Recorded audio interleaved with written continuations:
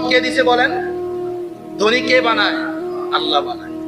কিন্তু মানুষ এখন দেখবেন সম্পদ দেওয়ার পরে যখন জুমার দিন আসে তখন এক সপ্তাহ যেই টিয়া কামাই করছে ওটার ভিতরে সবচেয়ে যে সিরা নোটটা আছে না যাচাই করে বাছাই মসজিদে চলবো, এটা মসজিদে দেয়। খবর লাই রেখেন কেশিয়ারা বেশি সিরা নোট পায়। জানান না আপনার? এটা ঈদগাহ দেখবেন সিরা নোট বেশি পায়। বুঝেন নাই?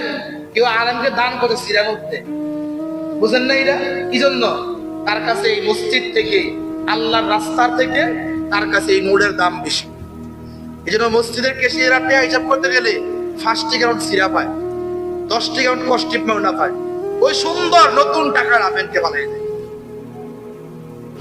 আবু বকর সিদ্দিক ওই নবীজি সম্পদ দিয়েছে আল্লাহ পাক রব্বুল আলামিন। আমার কাছে 2 নাম্বার গুণ হলো আমার সম্পদগুলো আপনি আপনার জন্য, আল্লাহর জন্য খরচ করা। এটা আবু বকর সিদ্দিক রাদিয়াল্লাহু তাআলা এর কাছে বেশি প্রিয়। সাহাবীরা বলে, আবু বকর তোমার কাছ থেকে আমরা অনেক কিছু শিখতে পারলাম, তুমি সবার সামনে বলে দাও 3 নাম্বার গুণটা তোমার কাছে কি? আবু বকর সিদ্দিক ডাক দিয়ে বলে, নবী গো, আমার কাছে 3 নাম্বার গুণ হলো যে আল্লাহ পাক রব্বুল আলামিন আমাকে যে কন্যা সন্তান দান করেছে, আমার একটা সন্তান আপনার কাছে বিবাহ দেওয়া, এটা আমার কাছে সবচেয়ে বেশি প্রিয় আমল। সুবহানাল্লাহ।